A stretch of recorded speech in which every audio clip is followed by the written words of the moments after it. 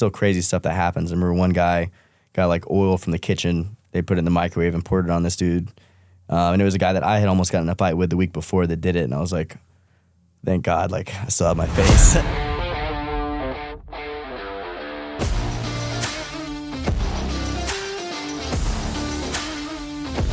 What's up, guys, and welcome back to the Locked In with Ian Bick podcast. On today's episode, I have Rob Eason here to share how dealing in college lands him in a North Carolina state prison, where we learn how he survives, gets out, and is able to overcome his struggles and turn it all around. I want to give a huge shout out to Tyson 2.0. I'm rocking their hoodie right now. I got to go to their 420 event in New York City this past weekend. Got an awesome picture with the legend Mike Tyson himself, wishing him the best for his upcoming fight with Jake Paul. And guys, make sure you check out Tyson 2.0. I absolutely love their edibles. Do them every night before sleep, and it really, really relaxes you and makes you feel really comfortable. And try their products. I love Tyson 2.0. And also, they have amazing hoodies, super comfortable. Check them out. Also had a great time at the NARP conference, the National Association for Reentry Professionals annual conference last week, and I got invited to speak to the inmates at a correctional facility. And I even got to interview the warden, the superintendent, William Cope. His episode is going to be coming out in a few weeks. I interviewed him inside the correctional facility where I got to tour it. Check out the behind-the-scenes footage on my TikTok, Ian Bick, to check that out. I also need to give a shout out to Aaron Jabbitt, who is a guest on the show. He's a part of a backpack ministry in Glen Falls, New York, which supports adults returning home from incarceration. I'll have the link in the bio if you are interested in donating to the cause. Now sit back, relax, and get ready to lock in with Rob Eason. Let's get into it, man. Rob, welcome to Locked In. Pleasure having you today. You came from North Carolina? Charlotte, North Carolina. Yep. How was the flight? It wasn't too bad at all. It was like 3-hour flight, easy one. It came right into Westchester, White Plains, so about an hour away. Or 30 minutes. Yeah, it's not bad. It's a good airport. You know, for small, you can kind of go in and out, and it's close to the studio. And there's warm weather here in Connecticut. It's been cold. I was expecting it to be freezing. It was like, what? It's like 70s? Yeah, the last few days have been really, really nice. Today it's supposed to hit 70. But normally it's cold this time of year. I would expect so. Yeah, it hasn't been much snow the last couple of years. I used to live in Massachusetts, but I just came from Miami and LA for the past 2 years. And so I was way used to the warm, and I'm glad that it's finally warming up around here too, for sure. Where in Massachusetts? Concord. Concord. Okay. Isn't that like a famous historical? It is. It's for the Paul Revere and the Civil War, not Civil War. Battle of Bunker Hill. The Revolutionary War started, yeah. And I think we went there in middle school. It's where the Old North Bridge is, where Paul Revere hung the lanterns. You know that story? Mm-hmm. I don't know if everybody knows that story or just kids that grew up in Concord. No idea. No, we learned about it up here in school. Yeah. That whole time, the Revolutionary War was huge. I took AP US history, which actually wasn't that bad. It was interesting to learn about. I liked AP history too. Yeah, I think that out of all the AP classes, that's one of the better ones. Yeah, world history was probably my favorite. And then, U.S. history was about second favorite class too. What was it like growing up in Concord? Concord. So I moved there when I was 12. No, when I was 6. And so 6 to 12. And I had a Southern accent. So my dad moved a lot. So we moved up and down the East Coast. So I was kind of like an outsider, I guess. Southern accent in a northern city. And but I loved it though. I loved the snow. My dad sold us well on the snow and on it being fun. But yeah, I mean, I moved back south when I was 12. So memories, I wasn't an adult, so I don't remember it too well. Where were you born? What state? Georgia, born in Atlanta. And then parents moved up to Mass. My parents were like missionaries and pastors when they met in like seminary, virgins until marriage, like very, very religious, good people. And then my dad felt called to do more. He got into real estate. And then we moved to Massachusetts because he actually went to Harvard Business School. And so we came up here for that. And then back south when he started his first entrepreneurial ventures. And so he gave up like the church life to go into business? Mm-hmm. Wow, I've never really heard of that before. I think he just felt like he could make more of an impact in a way that was still, for the better of everybody in business. And he's definitely doing that. Right now, he's got a baby bottle that is like a new type of baby bottle that's eliminating nipple confusion, which is where the baby doesn't go back to the mom after they use a bottle. And so he's involved with cool projects, and I definitely think he's probably feeling more fulfilled than he did before. How old was he when he went back to Harvard or went to Harvard? He was like 40 or something like that. So an older guy, definitely, for going to Harvard Business School, and they definitely don't take a lot of pastors either. And so but they do like somebody that has kind of a different profile than typical. So he was older for sure. He was, I was graduating from elementary school right as he graduated from Harvard Business School at 40, I think. Wow, that's incredible. Yeah. What an incredible story. Did you have siblings at all growing up? I've got one younger brother. Yeah, what about you? I have a brother. He's 24. 24. How old are you now? 32. You're 30, so you got 4 years on me. Yep. Yeah, I'm 28. Were you guys close growing up? Yeah, me and my brother were always really close. Right now he's out in Colorado. He kind of, he loves skiing and loves the wilderness. So he went that way. He took a gap year after high school, hiked the AT, and then decided I want to go and work on ski resorts and ski. And so that's kind of what he's been doing the past few years. So how old were you when you got locked up? I got arrested at 19, under investigation at 18, my whole year of 18. Indicted at 19, and then I was arrested at 21. Jeez, bro. Yeah. You were into some stuff at a young age. Yeah, I owned a nightclub, man. At 18 years old, I got in the concert business when I was 15. Had a very successful business in high school, and the last few guests have been very interested in my story. Yeah. It's interesting when the host, because not that many podcasts are where the host has an interesting story too. So the guest always likes to chime in and ask questions and stuff. It's cool to see that perspective. Yeah, I don't want to be too redundant for your audience, so I don't want to They learn something new every time, good. because everyone asks. It's it kind of applies to the show because every time I have guests with similar stories, but everyone has a different answer. Right. And I'm able to draw something new from each guest because everyone has their own personal experience. Right. So when guests come and ask me different questions, it just kind of puts a different perspective on it. Yeah. I think, when you try to relate to somebody else who's been to prison, knowing how old they were when they went, how long they were in there are the basics for kind of how you frame digging out the similar and different experiences between the situations. So you went in for how many years again? I got a 3-year sentence and I did about 24, 25 months. Yeah. I got 3 to 5 and then I worked my ass off the entire time to make sure I got that minimum. And I did. I got the minimum, so thank God. So was it hard to move around at a young age, going to different schools and growing up like that? I think it was for sure. I had ADHD, and so I was on Adderall, and I think that increased my anxiety. Also, I just had to break into new social groups every 5 years, every time we moved. And I think it was hard, but it also made me much better at doing that overall, which helped a lot. Going through a lot of new situations later in life. Yeah. So I think it built a skill, but it was definitely hard for me at a young age. How do you think your parents would have described you during your young adolescent teenage years? Just rebellious. I started getting into drugs, trying to kind of find my the group I'd fit in with when I was probably middle high school is when I first started smoking weed a little bit.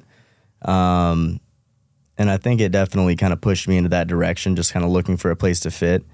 But even besides that, I was definitely a troublemaker. I would pick on my brother a lot. You can see a lot of places where that tension played out into the choices I made and the things I did. But thankfully, I think prison actually helped me firmly decide to put a stop to all that. I think it kind of helped me like kind of figure out what I was made of in a different way too. And so for me, it was kind of necessary. If I hadn't have gone through that, I probably still would be into the same kinds of things. What do you think it was for you that drew you to those groups of people, brought you down into that kind of path? I think people always, I felt like they looked at me like, even though my dad was a pastor when I was born, they looked at me kind of like I was privileged, and I always felt like I had a chip on my shoulder to like prove that I was as tough or as like capable as anybody else. And so I think part of it was me kind of trying to prove something to somebody or to myself that kind of drew me in that path. And I think the other part is the people that get into drugs and get into those things, they also usually have a similar, they have some kind of pain in them, right? And so I think we connect with each other on that level, and sometimes it ends up taking it further in the wrong direction, for sure. What do you think your pain was now that you're older and you have a deeper understanding? Just finding like social acceptance, I'd say, probably, honestly. Moving so much, I felt like me and my brother were always really tight, but it took me a long time to kind of feel connected, and I'd say I didn't really feel that way until halfway through high school. And we stayed in North Carolina for a long time, so that was really part of why I finally kind of connected with a group there. Do you think you ever solved that internal pain? Yeah, for sure. I think I kind of had to figure out who I was in a different way and align myself with something strongly. Figure out like kind of what my purpose was in a way.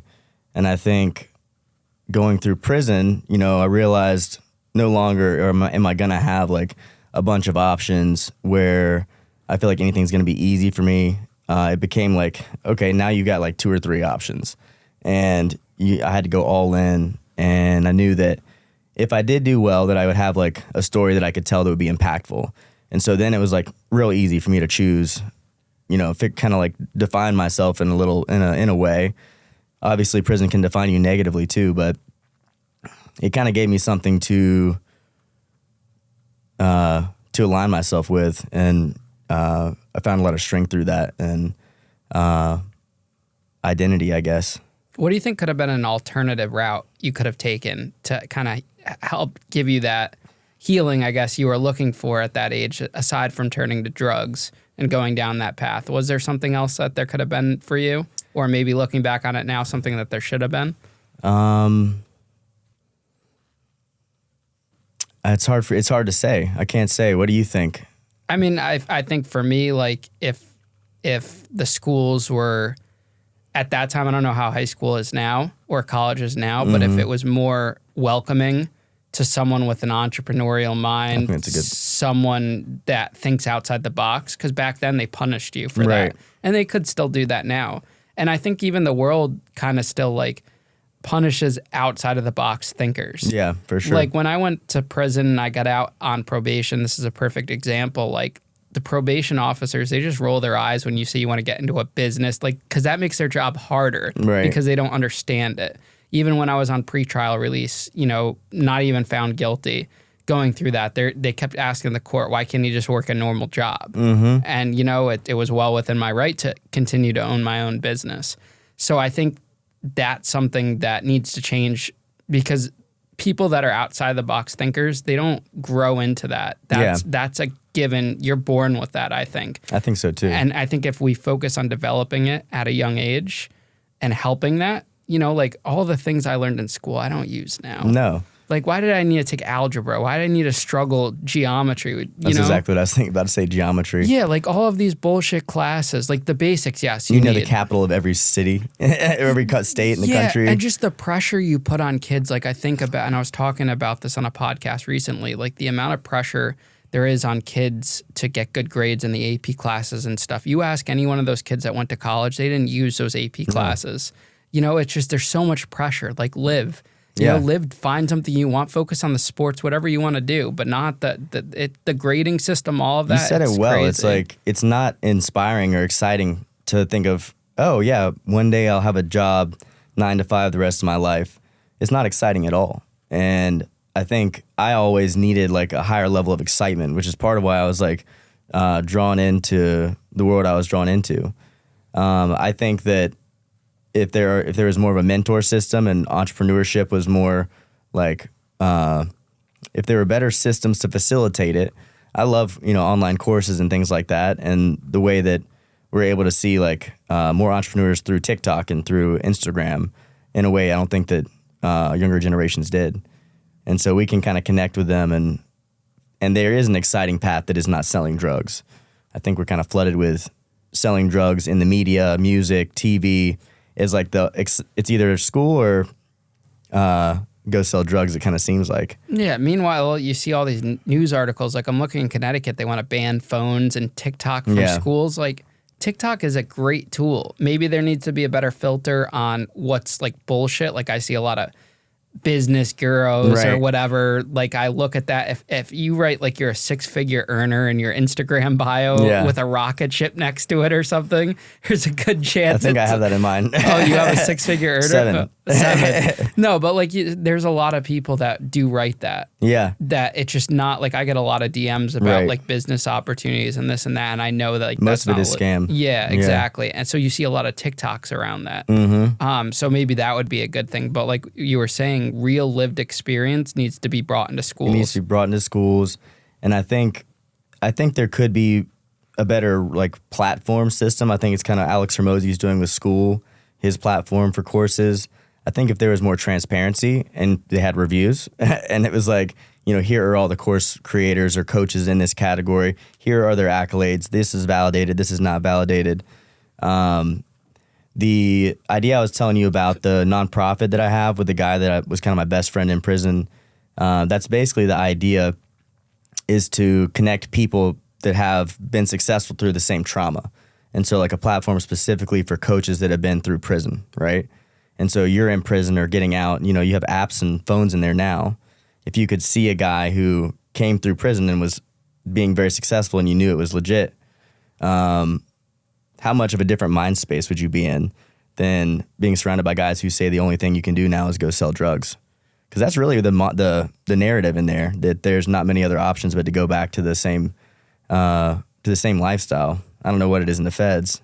Yeah, I mean, in the feds, like a lot of the guys would gravitate towards me because they were interested in they're doing 15 to 20 years. I'm doing 3 years. And the mindset is, how do we get more for less time? And that's the wrong mindset. But if they were teaching you like, hey, you can literally go to prison, come out and share your story about prison, you can make 6 figures a year, or you could do this, or you could do, there's so many opportunities. That hustler mentality that put you into prison can make you very successful on the outside.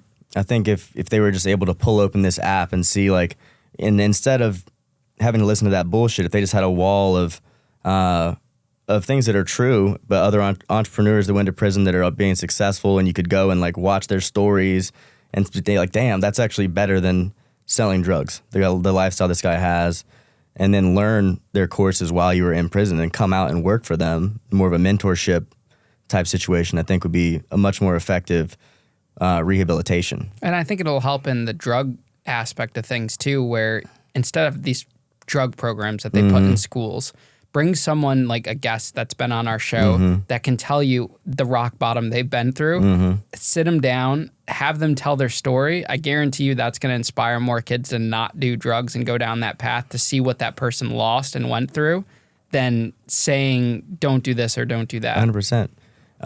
It's hard to trust somebody's opinion that hasn't made the mistake before. My parents are amazing people, but I was always just, I didn't want to listen to them because I was like, they were straight edge.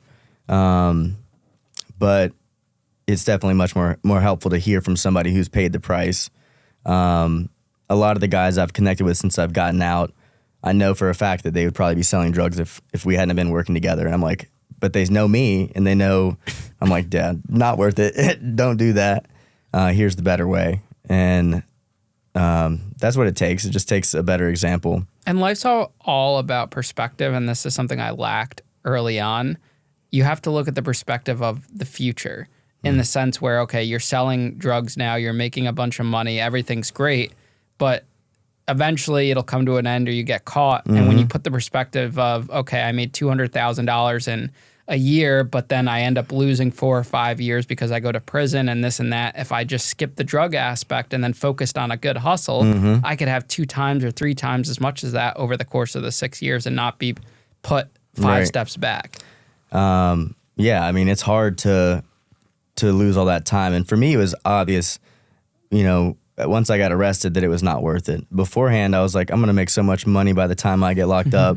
It won't matter. And that's far from it. They took, legal fees, fines, wiped me completely dry, for sure. So did you go to college?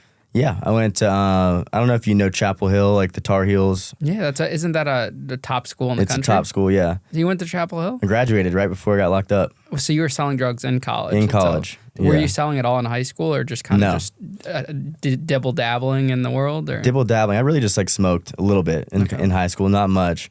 College is when I started experimenting more.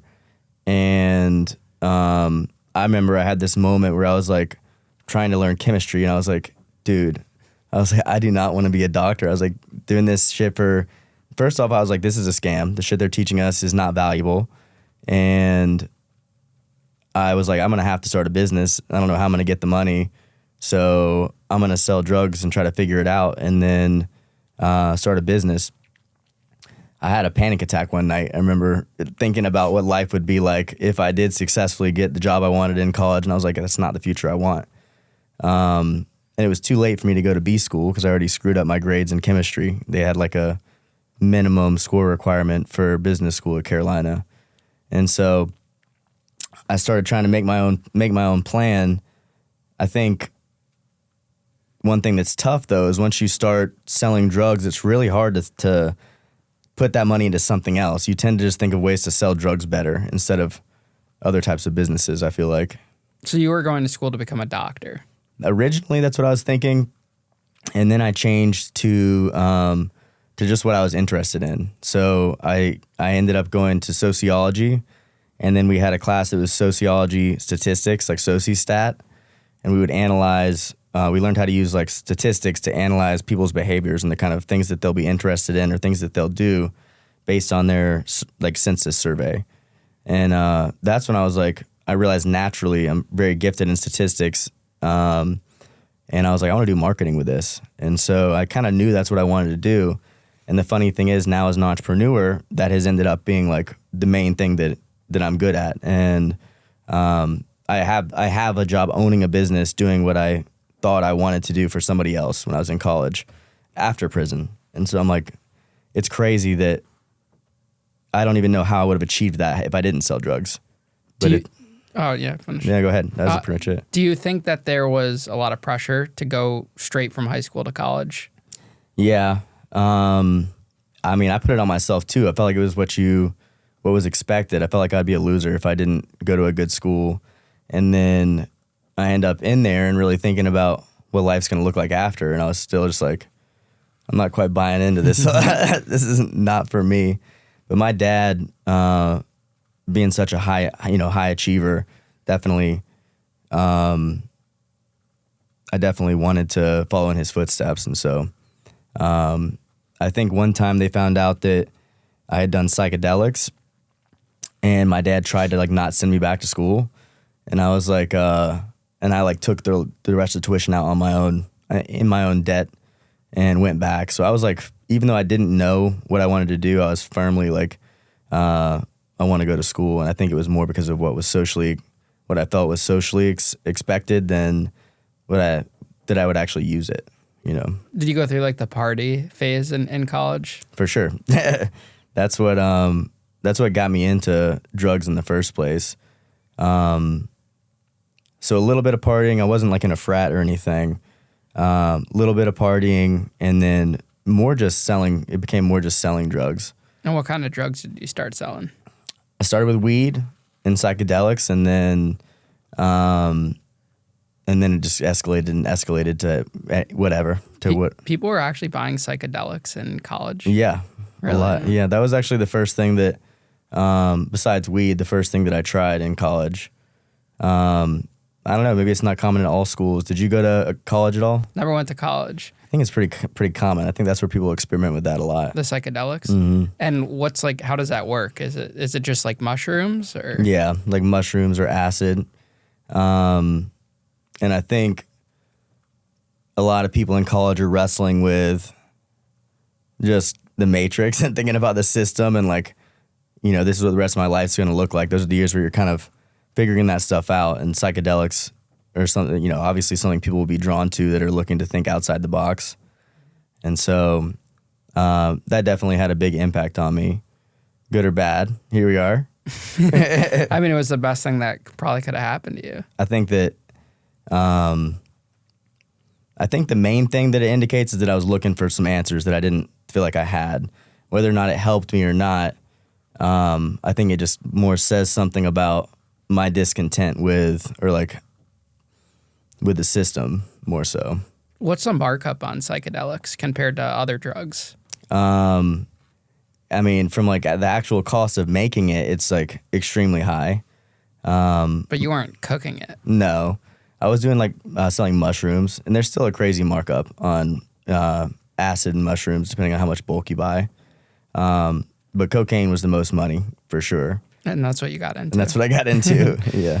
Now, cocaine's, isn't that like puts you more on a bigger radar, especially in college as like the coke guy? Like I know in high school, the guys that were selling weed and stuff, Yeah. more common. Now the ones that are on that next level of cocaine, it's a little bit of a different bracket. That's a much higher level. 100%. And I didn't know, I knew that it was, you'd be on more of a radar. I didn't realize quite how much more serious the time was, which is much, much more serious. I mean, I knew it was worse.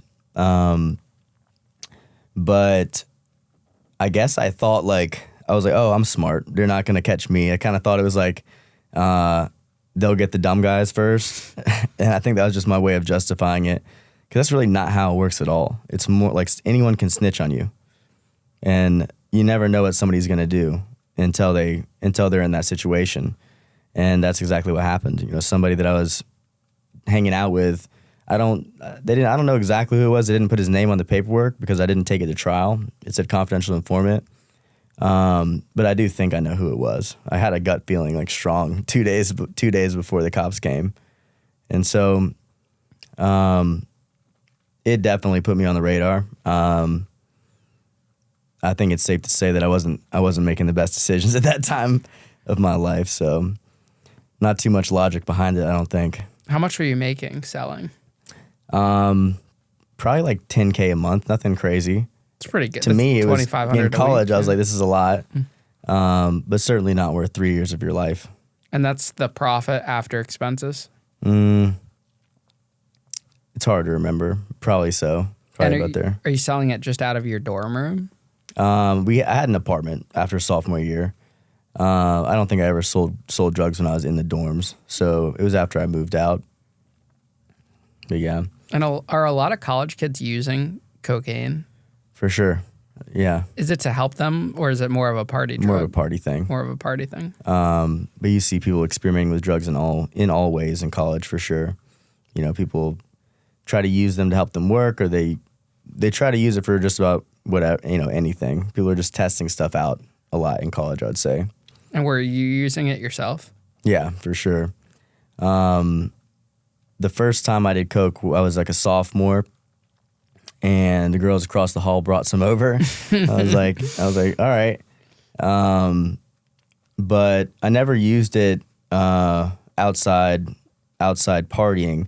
I was prescribed Adderall and that stuff still, and I didn't quit using that until after college. But yeah, so I never used it all day, but I would smoke all day for sure in college. I wonder where this whole thing of like cocaine and girls came from. Yeah. Like it just like attracts them as like when I used to like go out and, you know, even be around the club and stuff, cocaine always attracted the women. Yeah. Whereas like weed, like you're not going to say who wants to go get high. Like it just doesn't have the same effect. Weed's not as sexy as cocaine. It's not. Yeah. No, I don't know why either. Probably movies. Yeah, it's where amazing. Where to start though? Who knows? Yeah, it's amazing how it's like brought that up and it's put it into young people's minds and they just gravitate towards that. And now it's more dangerous than ever because people are lacing it and all of these things. It's not like what it used to be. No. I think it's definitely a lot more dangerous, and I hate that it has that sexy appeal, because that means a lot of people are going to fall right into it. Yeah. Now, did you need the money? Like, were you hustling to actually make this money? Couldn't you have asked your parents? What was the drive for you? So I had my tuition on a loan, and I was selling drugs. I was telling myself to start a business. In hindsight, I look back and I think I was selling drugs to fill a different kind of hole inside myself. Like I told you earlier, I felt like I kind of had that chip on my shoulder, and I think I was doing it out of, I had my logical reasons in my head. And maybe if I had known some mentors that were actually making $20,000 a month in sales, I didn't know that you could do that when I was that age. So maybe if I did, it would have been different. But my logical reason was to save up money to start a business. And emotionally, I think I was trying to find, trying to get respect, feel validated, girls, all these things that I ended up specifically, when I got locked up, I was I remember in jail, just really, really taking some hard looks at myself in the mirror. And I was like, okay, well, I'm going to learn how to meditate. I'm going to read the whole time in here. I'm going to get fit. I probably weighed 125 pounds when I got locked up. I was tiny. And I realized I was doing all these things to fill that hole in myself. And so I was like, I don't know if I'll ever be able to fill that hole, but in here, I'm damn sure going to try. And so that was when I really became disciplined. Before that, I wasn't disciplined in a lot of areas of my life. But I'd say for the past 10 years, I'm the kind of guy that works 12 hours, 16 hours a day, and I have for 10 years now. And so so I I attacked all those things that I felt like I was using drug selling to fill. And it definitely helped a lot. I think more than anything, it just gave me direction and gave me some other habits that were better to fill my time with, and get validation through more healthy ways, in the gym and at work and stuff like that. So bring us to the day you got arrested. Was it a controlled buy, or how did that go down? Or they just showed up at your doorstep? So I was under investigation before, and so I know that they were on me, but the time, and so they had I got arrested maybe twice in the 6 months before the last time, and so it was no charges for and then for the 5 years of selling drugs, and then right there at the end it was bam, bam, bam, 3 times in a 2 or 3 month period. And the time right before, this guy had come over, and as soon as they left, it was him and his friend. As soon as they left, my gut wrenched, and I had never felt that way in my life before. And so, but I couldn't think of I couldn't put my finger on what made me feel that way. And so, as soon as he left, I sent him some message yo, is everything good? Something that was kind of letting him know, or asking him what the fuck was that? And I went and hid everything. And then 3 days later, I was like, you're tripping, bro. I was like, it's all good. And so I went and picked it up from the hiding spot. I was going to go back to my place, cut it, and then go to Chapel Hill. And as soon as I got out of my car, started walking to my place, 2 people in plain clothes kind of start walking towards me in the same time. They're like, are you Rob Eason? And I was like, it's up. I was like, holy crap. And that was it. And you were what, 23? 23. 23, and already graduated. Mm-hmm. So you were still selling right after college too? Mm-hmm. I was about to go back to a college party and bring my load for the weekend. And yeah. Didn't go according to plan. Did not go. It didn't show up to that meet. So how did your parents react when you got arrested? Dude, it definitely broke their heart. My parents were such good parents, and I think that, one of the things I had that not a lot of guys have is I had a good support system. I think that's why it's so important that guys like us help build community around men that are in or could potentially go in, So my parents, like, they came to see me every 2 weeks for the whole time, and nobody else that I knew, none of my other friends, some of them wouldn't pick up the phone. I think I wrote like 10 letters when I first went to jail. I don't think I got any letters back. My friends were like straight edge college kids. I had a huge chip on my shoulder. I don't blame them because I was asking for trouble, to be honest, and I shouldn't have been doing what I was doing. So my parents gave me that support, and about a year and a half in, I remember I had this huge change of heart. First year and a half, I was like in the back of my mind thinking, I'm going to do everything I can to be successful, but there's a strong chance I'm going to sell drugs on the side. Like, I knew that's what I was going to do. A year and a half in, I had a change of heart where I was just like, I couldn't believe that I had embarrassed my parents like that, and they were the only ones that cared and still came to see me. And I was like, why the hell am I risking my freedom and embarrassing the only people that really care? And that was it. And that was when I was like, I'm going to make them proud. I'm going to get out and do the right thing. And so I can definitely I don't know what I would do if I didn't have that support system. So most guys in there don't. What's your family situation? So they visited. My parents are still together. They were very supportive. My dad went to every day of the trial. My mom came when she could. It was probably harder for my brother because he was young in high school. I had just graduated high school, so he had a lot of that pressure. Now everything's different because now this has turned into like this big platform. Yeah. So it's funny watching it evolve of like all the people that used to talk shit, you went to prison, like posting on the downfall, and now it's like we're doing cool shit, like cool things are happening. Like I was at a dinner last night with Chevy Chase, and I'm like, this is all because I went to prison. Right. So like the thing that society is like so embarrassing, like now I wear it like a badge, Yeah.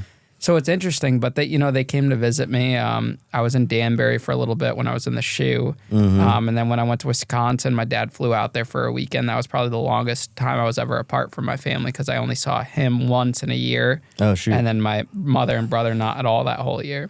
I bet that was rough.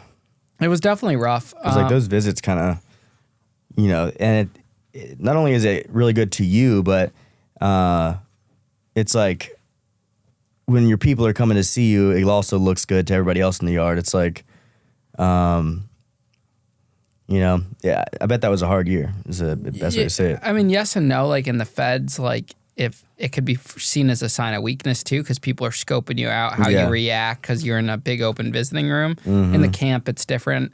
It's all different, but like I would talk to them. I had a contraband cell phone, so I would FaceTime them. Things of that nature, but it's when you look back on it, it kind of like feels like a blur. And when you're going through it, it's like, it feels like forever. Yeah. But then afterwards, it was like a dream. It was such a small piece of my life. Yeah. Like that's just so far behind me. I got out 5 years ago, I think now. I did 3 years of probation. That's long. Yeah. I got off probation 2022. It's going to be 2 years off probation, 2022. So that's 5 years out. Yeah.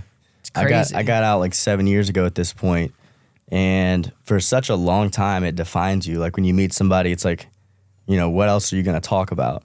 But now it's so far back. I meet, people all the time, and I'm very proud of like the story. Like you said, now it's kind of like a badge. It makes it, I've gone up against more adversity and been successful. And so it's a badge. But it took a few years, but now it really is kind of like a dream. It's almost history. Yeah. I've realized doing this that a lot of people have very interesting stories because they've went through something traumatic like these individuals that come on the show. Yeah. And there's a power in that. There really is, because there's so many people that don't experience like that. They just do their 9 to 5, this and that. So to give these individuals an opportunity to be seen and to be heard and to tell it no differently than a celebrity going on a different podcast, because that's something I've been grappling with. Do we want to go mainstream with celebrities, this and that? But it's like, I don't think you need to, because this is just like this exclusive platform solely for people that aren't celebrities. Right. Maybe you have one here and there that kind of fits the brand, but Right. if we could put, I mean, we were just talking about that clip that did 14 million views. He doesn't have a big following. Was he a prison guard, or what did he do time himself? No, he was. I have everyone on my show. Okay. Employees, I've had prosecutors, I've had lawyers. I just had my lawyer on that's coming out in a couple weeks from the trial and stuff. But it's so interesting, you know, because there's nothing else like that. No. Where you can have a both sides. Yeah, you can both sides and just normal individuals. Mm-hmm.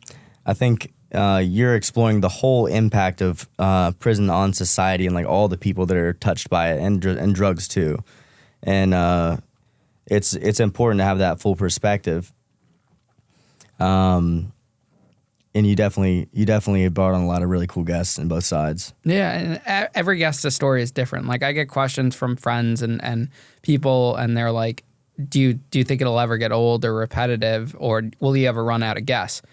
Millions of people are incarcerated. Then you have millions more that have suffered from addiction. Yeah. So there's that covers you forever. Forever.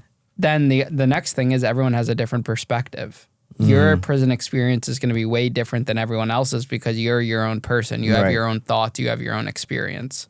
Everything's different.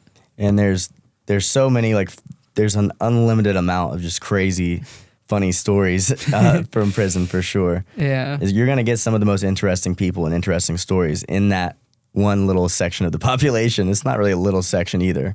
And I realize, like, I have this unique energy with the people, like the Rikers Island, Leroy's. Like, I don't want to go on anyone else's show because I just like that chemistry. Yeah. And I'm just like this, I don't know, like, I'm just like this unique individual that sits and is not afraid to ask the questions, but we get along, and I'm very easygoing. Yeah, you are. And I think you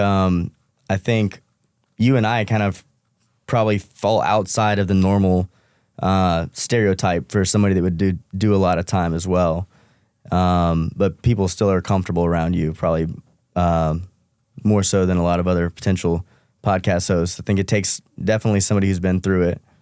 Yeah, I'm understanding. You know, I'm not going to, I think people know by now I'm not going to rip them. Right. You know, and like some podcasts, they just rip and they're looking for the most salacious. I mean, I spend every interview in the beginning just talking about the person's childhood and getting to know them so the audience gets to know them. Right.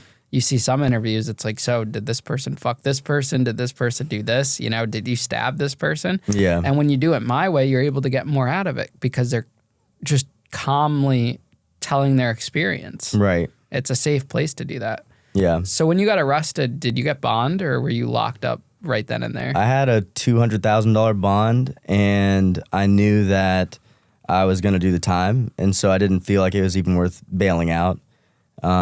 Shortly after I was in jail, speaking to the guys in the pod, I was like, yep, I'm either going to snitch or I'm going to do 3 years. Like, you know, you're like, that's what's going to happen. I had like 7 drug felonies that I had been charged with.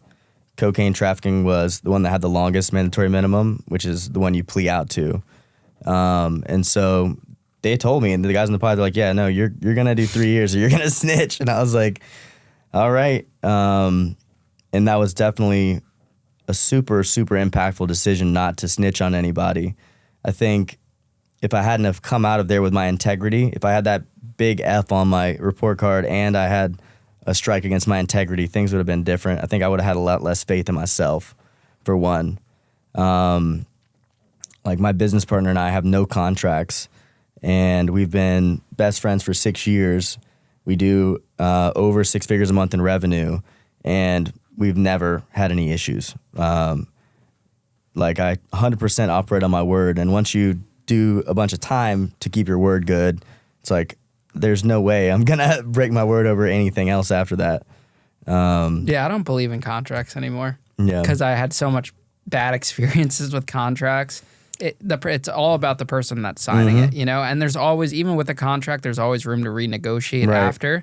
And that depends on the person. Like, look at these major artists like at end of deals. They could blow up a contract at any point if they're unhappy and they want out. So that's the way I look at it. Once you even mention once the relationship is started, whether you have if you have a contract in place, the day you mention the contract is the day when it's like, it's hard to come back from that. So the way that me and my partners work is everything's open to renegotiation to a degree. I mean, I don't know. I guess you just kind of get a feel for it and how to operate without one. I don't know if I'm right or wrong for it, but it's working out pretty well so far with him. Certain situations, of course, I'm not going to build a house for somebody or install a solar system without a contract, but when you've known somebody for years and you're able to just move more quickly on trust, it definitely speeds up everything for sure. So describe that setting in prison, because this was an experience I experienced and saw as this young white kid where everyone's trying to give you advice as a first-time person, like kind of hedging their bets on, how much time you're going to get, what you should do. Everyone's a fucking attorney when you get in there as this new person on the block. Dude, I remember them talking about you get so paranoid about people trying to snitch on you in jail too. And so you you desperately want to ask for advice and be like, yo, like what's about to happen here? But you don't know the setting you're in, and even talking about what happened, you're putting yourself in a lot of risk. And so I remember, I think I had like a frat boy comb over kind of when I first went, and I was like, yo, everybody's kind of trying to size me up. I'm trying to figure everything out. I think I switched from a comb over to a mohawk and almost immediately. I was like, I need to do something to not look like that, like I currently look. And so you kind of like, I found my first, mentor or like older guy who had respect in the pod. His name was Buddha or Gerald. And he kind of like took me under his wing and kind of like showed me the ropes. And I think that's like where I first started to have kind of mentors. Once I went to prison, I had a different mentor that kind of stuck with me. It was the Mark guy I was mentioning earlier. But yeah, like, did you have any prison mentors?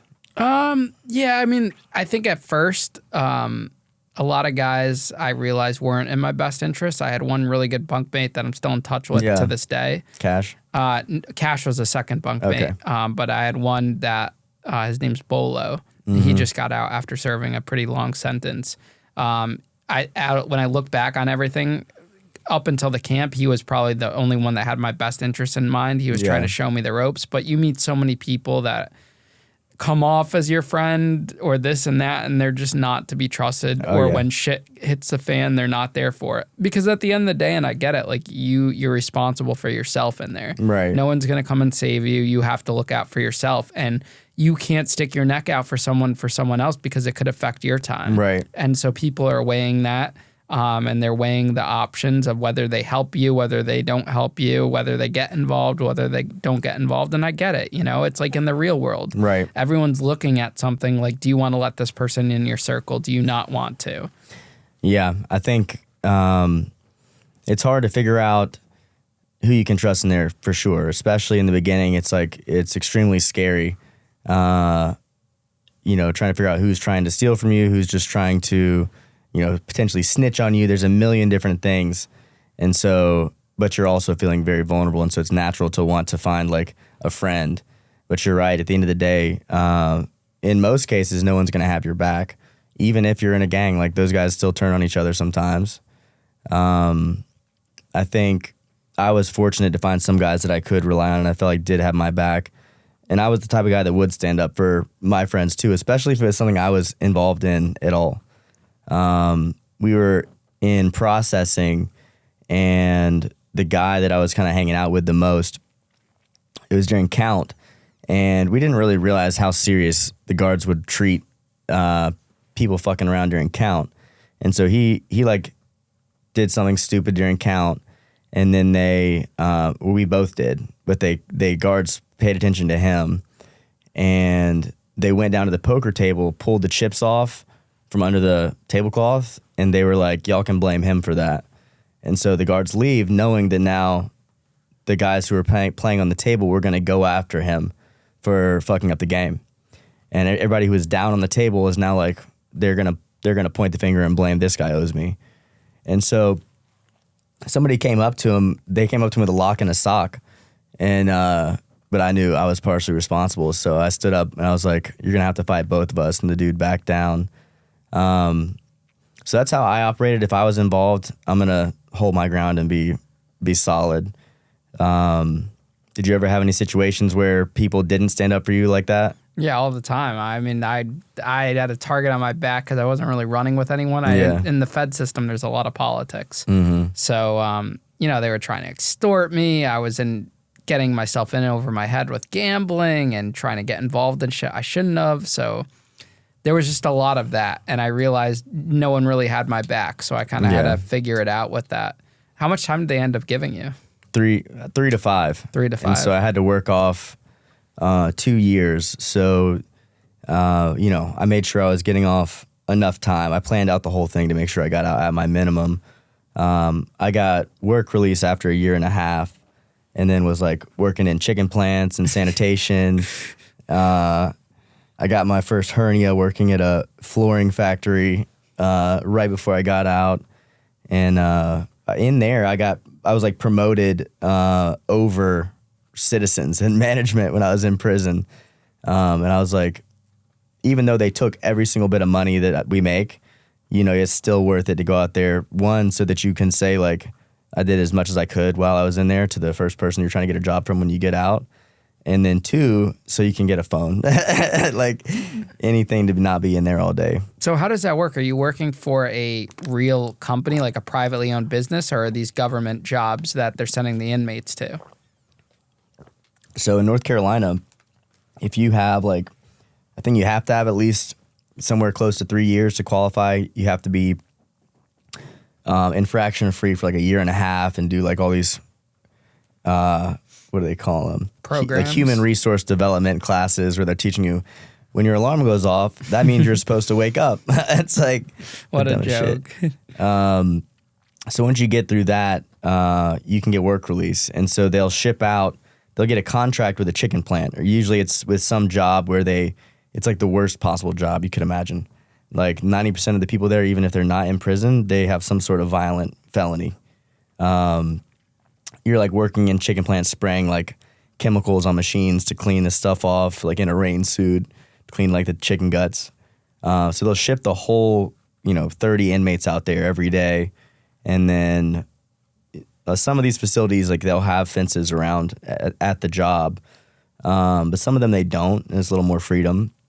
And so they'll ship you out there, you work your 8 hours or more, you get paid a normal wage, like $10, $10 an hour-ish.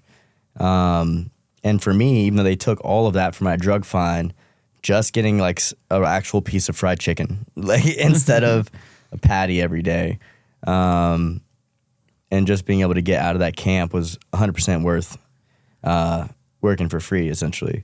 So you did all your time in a North Carolina state prison? Mm-hmm. And was it a camp or was it a low security? What kind of facility? We started at Brown Creek, which they actually, like last weekend, they tore Brown Creek Minimum down and they're using it as I think it's kind of like I may be wrong, like a boarding school for people for like kids whose parents are incarcerated.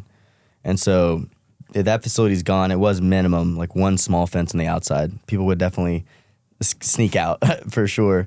And then they moved us down the hill to a medium facility that they converted into a minimum.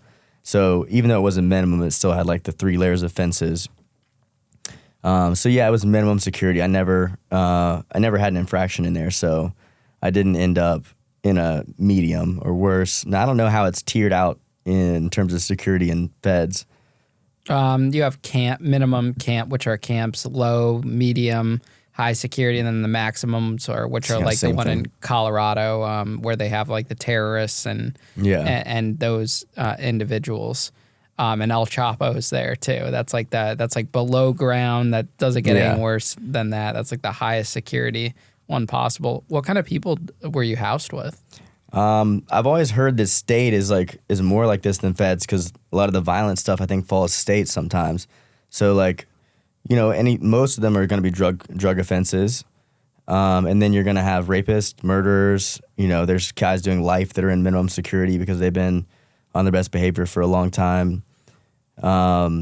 So in general, you've got the whole spectrum, but you've got mostly people who have like a considerable amount of time and are unlikely to be violent because they've already demonstrated for a while that they won't.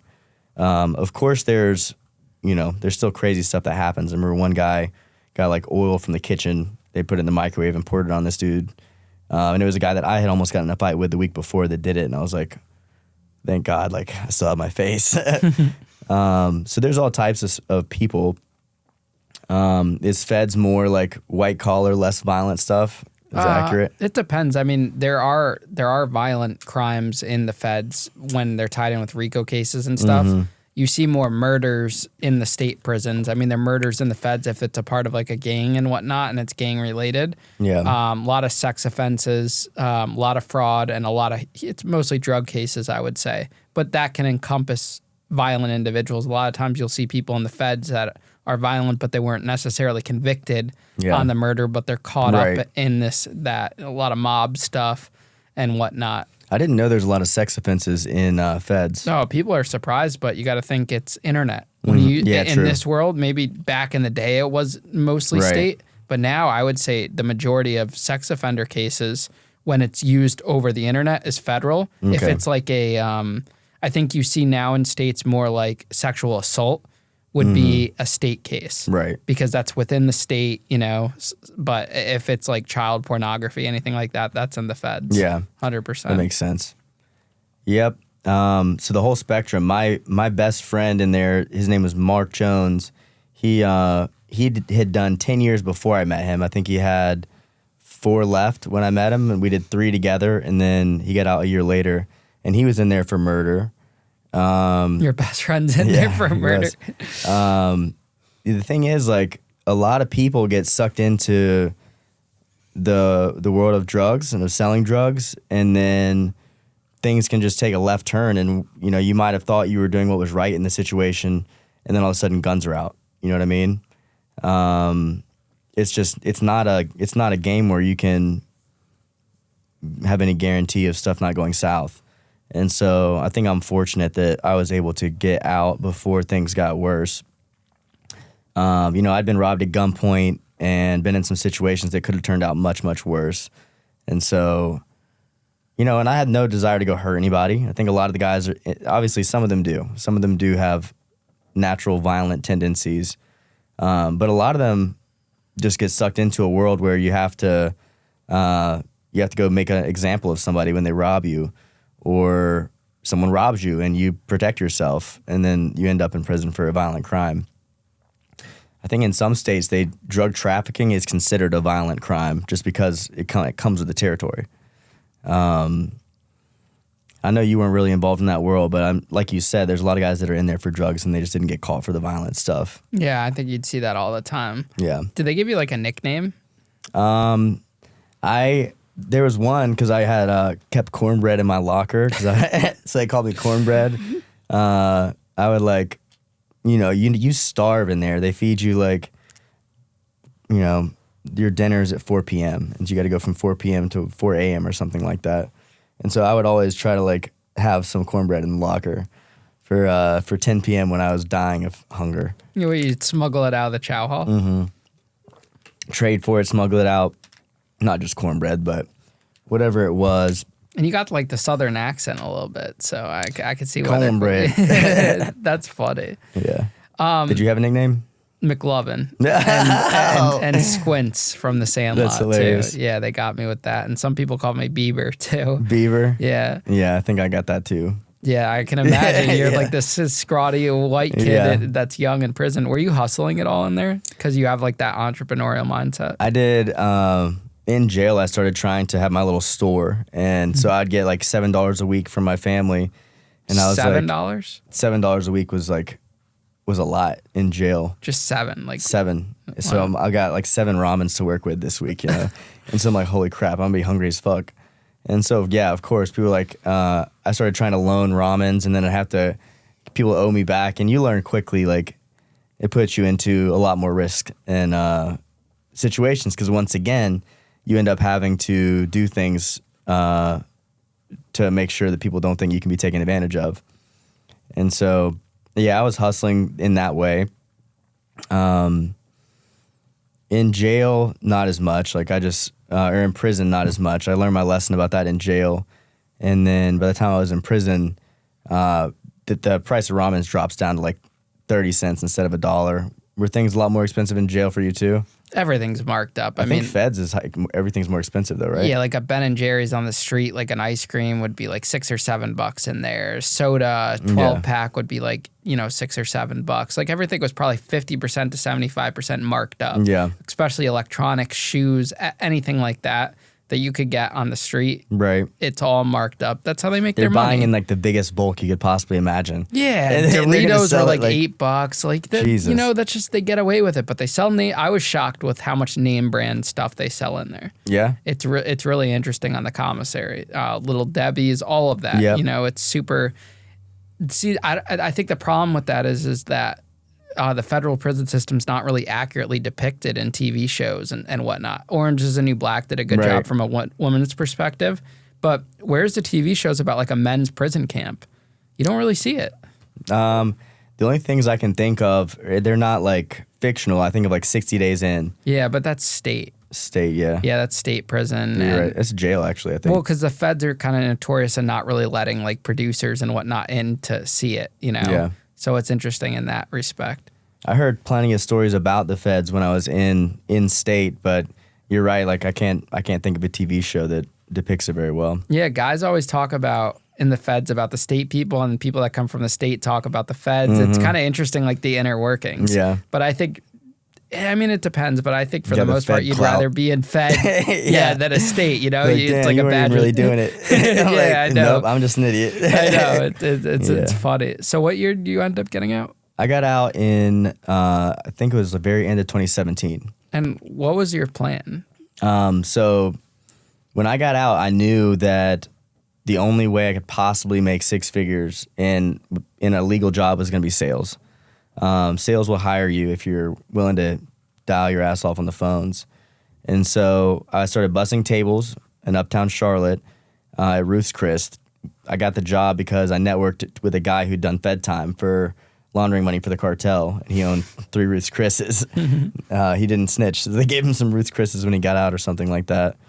And so I was bussing tables, and he was like, I'll let you be a manager one day. I was like, okay, that's $50,000 a year, So I just went into sales too. So during the day I'd do cold calling. And I worked for web.com. It took me a long, long time to get that job still. Finally got it. And then in my second month, I was like number 1, and it was the biggest digital marketing firm in the world at the time. You probably heard of web.com. They sponsored the PGA Tour. Mm-hmm. And so that was like the first time I was like, thank God. It was only my second, probably been out 3-4 months. And I was like, okay, I'm really good at something. And like, I know it now. And so that was like the first glimmer of hope. So I had the multi-prong. I was like, I'm going to try to get this manager job and serving if I have to. And I'm going to also work this other job and see if I can make it in sales. And so I've always kind of had 2 things going until one of them pops off. So like I kept in sales. I probably made like $80K my first year out legally. And I stayed number 1 while I opened my solar company. And I didn't quit until I had a bunch of money coming in from solar. I broke the all-time sales record at my day job, and then I quit the next day because I also had like $20,000 coming in from solar. And that was how it started. Yeah. You told me out there before we sat down that you had became an entrepreneur a few years ago, but really you had that in you the whole time. Yeah, I mean, sure. You were an entrepreneur when you were selling drugs. You were an entrepreneur. You had that mindset of always to figure it out. Mm-hmm. And you did that after prison. Like some people are able to go through immense of amounts of shit and still figure out a way to be successful from that. It's crazy because I think that it helped me to have my options limited down. It was like sales is now like this is your shot. And so it's like I no longer played as if as if failure was an option or as if there was a plan B. It was like, this is it, bro. Are you gonna win or not? And so I think having my back against the wall helped. And then I always dreamed of the moment where I'd reach a point where the prison story would be a badge where it would actually take me further. And so that's the kind of thing that you're kind of afraid to let yourself believe. But I'm glad I chose to because, it worked out in the long run. Is there ever a world where you think that you wish you got into what you're doing now right after high school and skipped college, did that, and then, because you see a lot of young tech or startup companies or anything like that, they're doing it at that young age. You see it all the time online.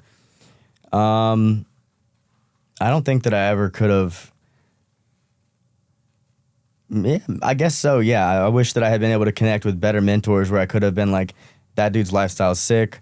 I believe that that's not a scam, and just gone into it more easily. I think that if I had a better way of finding a role model like that it could have been different for me. And that would have been great. But my story is, what makes me who I am. I love that I've stood up against that kind of adversity and won. And now that I've come through it, for sure, like I don't think I would change it if I could. No, not if I could just change right now. No, I would prefer to have done it the way that I have. What's your relationship with your parents now? It's good, bro. That's part of why I came back to North Carolina. So I spent the last 2 years in Miami and LA for the last 6 months. And then I eventually was like, yo, my businesses are doing great online. Like online is where I meet my best clients. They come to me for what I offer. I'm not just meeting them out and trying to convince them to use my service when they didn't show interest in the first place. And so after 2 years of seeing like that wasn't benefiting the business and that it was more just for fun, I was like, I'm going to come back home and spend more time with family. And my mom still works in a halfway house for women. She started doing that when I was in prison. So women that are getting out of, or about to get out of prison or have just gotten out, she helps take care of them. And so I love to be here and spend time with them. And I think it's like the least I can do for all the shit that I put them through. Yeah. Has your felony become an obstacle at all or a challenge in your life? For sure. I mean, it made it harder to get a job. I think one of the hardest things to overcome was being able to rent a place. We had this like penthouse in Miami, and I'm still like, I'm not on the lease. So like, I'm like coming in through the parking deck. And it sucks to be that successful and still feel like you have to hide. But especially with apartments, like you can't do anything about that building's policy. There's no one you can talk to that's going to get you a leg up there. So a lot of us, we have to wait until we own. Kind of have to sneak around until then. But finally, I did get my name on a place approved for an actual apartment yesterday. I got the approval, and I was like, it was a huge relief. First time I've actually gotten approval from like a company to live in their building since I've been out 10 years. It's been 10 years since my felony. Yeah, something I realized is that it's worse to have a state felony on your record than a federal. Really? Because a lot of these apartment applications or jobs, they're searching they're searching state felonies for that state, and then they're searching federal like sex offender registry crimes. Yeah. So when I do background checks for apartments and stuff, my stuff never really comes up. I still disclose it because they ask if you ever been convicted of a felony, but when you see the background report, it doesn't come up. It's interesting. I haven't seen the full report. I'll ask them because I did tell them when I was applying, but it didn't say anything about it on my approval letter.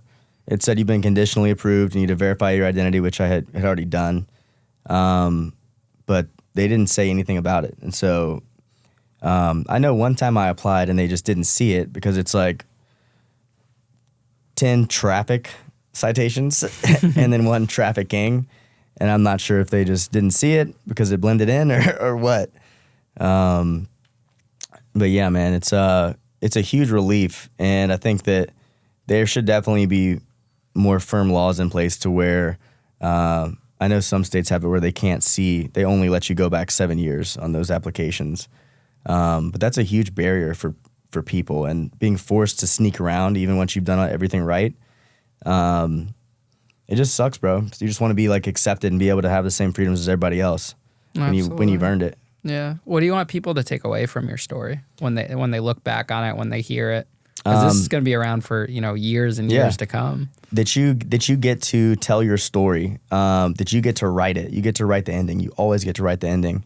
And then what good story doesn't have some shit in the beginning? You're not going to be able to write anything impactful or do any inspiring without having the shit. And so I would encourage people to remember that they can always write that story. and then to find mentors that can help you figure out how to start a business. So not to forget that there are success stories would be the main thing that I'd hope people would remember.